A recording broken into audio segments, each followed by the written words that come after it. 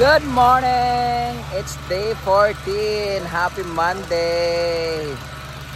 So, ito na ang ginagawa nila ngayon. Ito na yung update natin sa ating day 14. Since kahapon nga ay walang trabaho dahil Sunday. And ngayon, continue sila sa paggagawa ng ating kulungan. Fish pan. So, ipapakita ko po sa inyo ang kanilang ginagawa para may income tayo. So, tapos kumain ng avocado. Tara na guys. Tinanggal na rin nila yung mga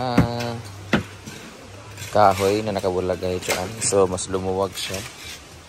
Sa mga nagsabing delikado daw dyan kasi baka may ma-stuck na bata dyan. Bahala kayo dyan. Ba't nyo kasi pabayaan yung bata naman tago dyan?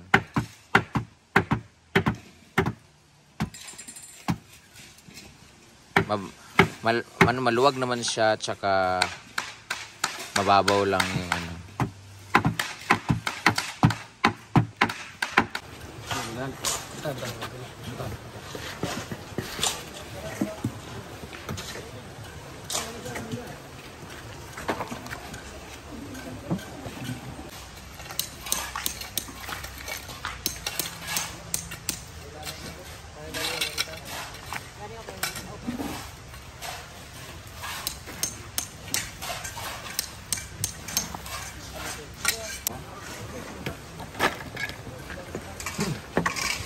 Ano, di magabanggo ba kita? Ano ba mas maluwag siya?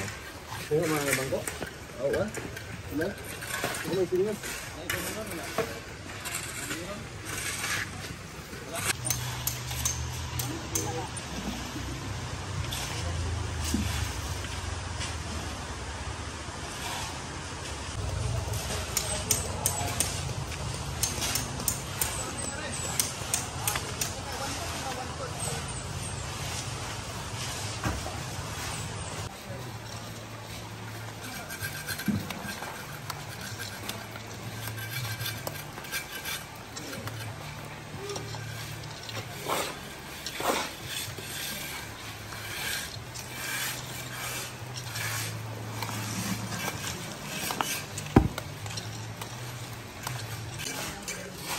Dito naman sila sa pagtambak sa may harapan para pumatag to dito.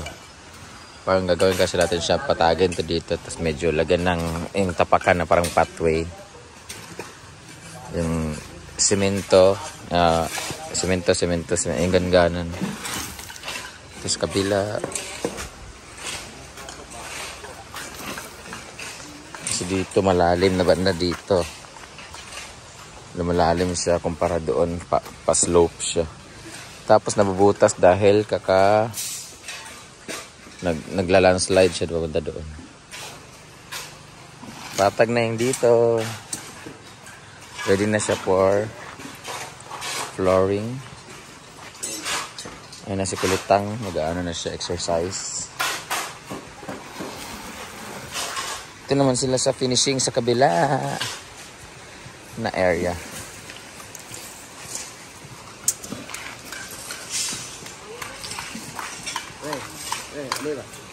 Paikot na sila. Paano kayo tanggalin yung ano, tako? Dito patatambakan dito para pumatag din hanggang doon. Tapos dyan is waiting na lang tayo magkaroon ng rip-wrapping.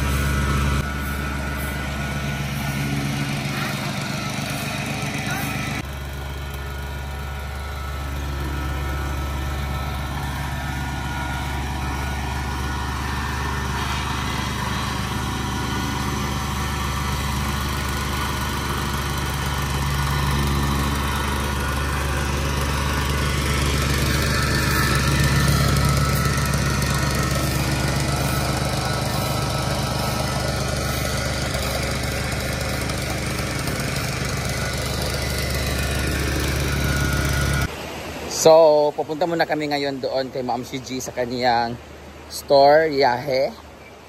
Ma'am Shiji's Eatery and Bakery and Dirtery. Punta kami doon sa school. Ay, magtago tayo baka singilin na tayo doon sa pledge. Charot lang. Punta kami kay Ma'am Shiji sa kaniyang Eatery. Kasi mangutang kami ng ulam. Pero nag-breakfast na mo? So pwede tayo dito mag-breakfast. Eh, balita ko may nagsabi na madumi daw. Parang may gusto mag-report kasi madumi daw yung foods niya. Punta muna kami doon sa school. Hello, I'm Mr. House.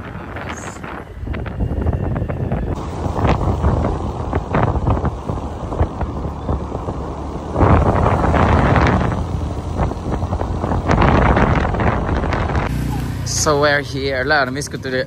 Dito ako lagi sumasakay, Jill, oh, para wala ko bayad dyan. We're here in Nasaan National High School. Ayan, andito na tayo sa Ma'am Shiji's store.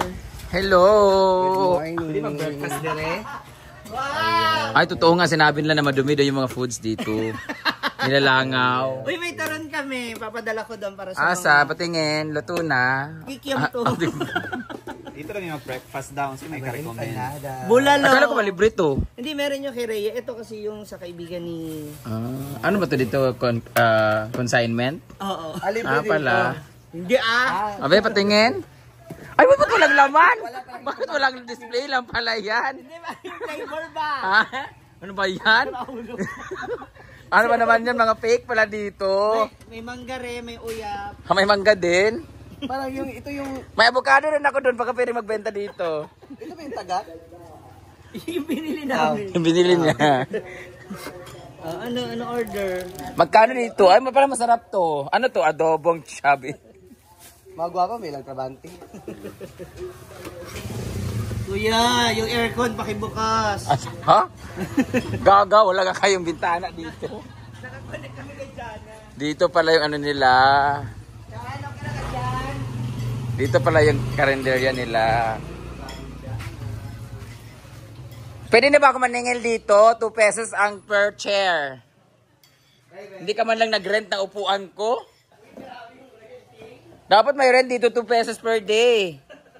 Di ba, ma'am, no? Di ba dapat magre-rent, di ba? Ay, masarap pa yung ulam nila, ma'am, or Irma? Masarap? Kaya may camera kasi mga plastic mga tao dito. Charot lang. Charot lang. Budget din lang siya. Ay, tapos kaya nakaagad? May pautang ba dito?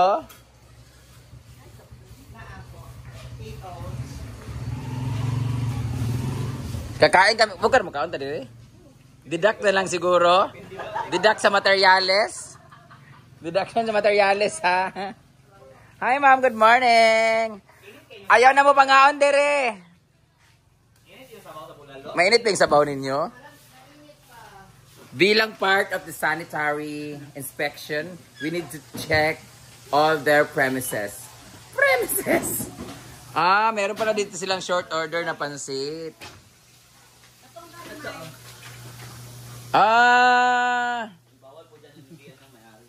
Baka baklasin ko itong mga gamit na dito. Ay, okay yung ano namin. Dito pala yung ano nila. Ay! Pati yung mga trabahante ko pala, pinagkukuha mo. Huwag ka nang pumasok sa farm, ha? Meron silang fried chicken. Ito na ba yun? Yes. Wow! Thank you so much, Mami A. Free ba to? Free? Yes. Para sa lunch ngayon? Yung food packs para sa mga students and teachers. Pero hindi naman lahat. Marami sila. Paano mo ano? Yung sabi ni nanay ko, ilan lang yung sakay. Hindi, dapat titingnan mo yung walang pambili. Sabi mo, may pambili ka ba? Isa-isahin mo pa. Sabi mo, may pambili ka ba? Pag makikita, dapat makikita mo yung dito na lang ako sa gulay. Yung wag mo na tanungin yung may pambili. O kaya, ibenta mo siya ng 10 pesos lang para ma-income ka. Di ba Sabi lang may benta. Hindi, di ba scammer ka? Ano ba to? Itiri ba to o karinderya o inumanan? Kasi may mga pulutan ka dito. Ba't ganyan yung kanin mo, NFA? Uy, hindi Ay, ako. pala. Bongga. Yo, para marabihan to. Ate, Tsaka parang 3 days na yung damit mo, Tin. Naliligo Uy, ka ba? naligo ako ha. Kanina nga Ilang bulalo. Eto may ano pa mo. May bulalo ka din? Kaya lang kasi mawawala yung ano. Kasi walang budget yung mga bata. Wala nga silang pambili ng fried chicken. Additional pang sabaw lang yan. Kasi kung may mga naghahanap. Sobrang busy na talaga ni Ma'am si G kasi balbas na hindi na mabawasan. Wala yung shaver kanina, hinahanap ko. Kasi kay Lolo yun. Hi! Good morning! Yung ampon mo. Maingay kami. Ato na ila bulalo. Yan, alam mo yun. Ha? Bulalo sila. Magkano yung bulalo niya? Ila bulalo serve din mo. Ang ganda ng bulalo nila guys kasi meron hindi lang baka yung sahog, may langaw din. Wag na kayo. Anong palit dere? Hugaw yung food. Kaya mo break ya para kuan kaya pwede mo sabaw. Ay, na-miss ko to. Yaki. Parang mukha natin. Mukha natin. Piso man nasa una sa amo. Pero pila na. Kano yan? Yaki. 3, 4, 5 pesos. Grabe dito. Yayaman ka talaga dito, friend. Magkano na kaya yung Magkano? Balita ko, maabot na ng mga 5,000 per day yung net worth nyo dito. Alam mo ba, nagre-reklamo yung sila Ate Vivian tsaka sila Michelle. Bakit? Kapag unti lang yung tinda namin. Kay? Mapupunta na sa kanila yung kikitain ng ulam. Ha? Oo. Kasi syempre kapag unti lang, magkano na naman ang tubo namin per tray? Tapos dalawa sila. Paano mo? Dapat marami. Dapat sabi niya, niladagdaga yan. Nagluluto sila ng, sasadya sila magluto ng siomay, ng kanang turon. Pagbenta ka ng lumpiang itlog, yung kagaya ng niluto na niya. Ay, di yung mga, yung mga tubong lugaw. O kaya yung mga pusa doon sa bahay, gawin mong siomay. Kaya sabi nila, magdagdag ba tayo mo silang tinda? Sabi ko, dandahanin natin. Tsaka papangit na mga staff mo dito, ha. Hindi masyadong maganda. Pati Yung sabaw naman, Anli. Pati mga customer. Ano yan, dinadagdagan mo lang siya ng magic sarap, betchin, ganun. Kasi anli Basta meron kami mga binablog na medyas. Parang 3 days na yung bulalo mo.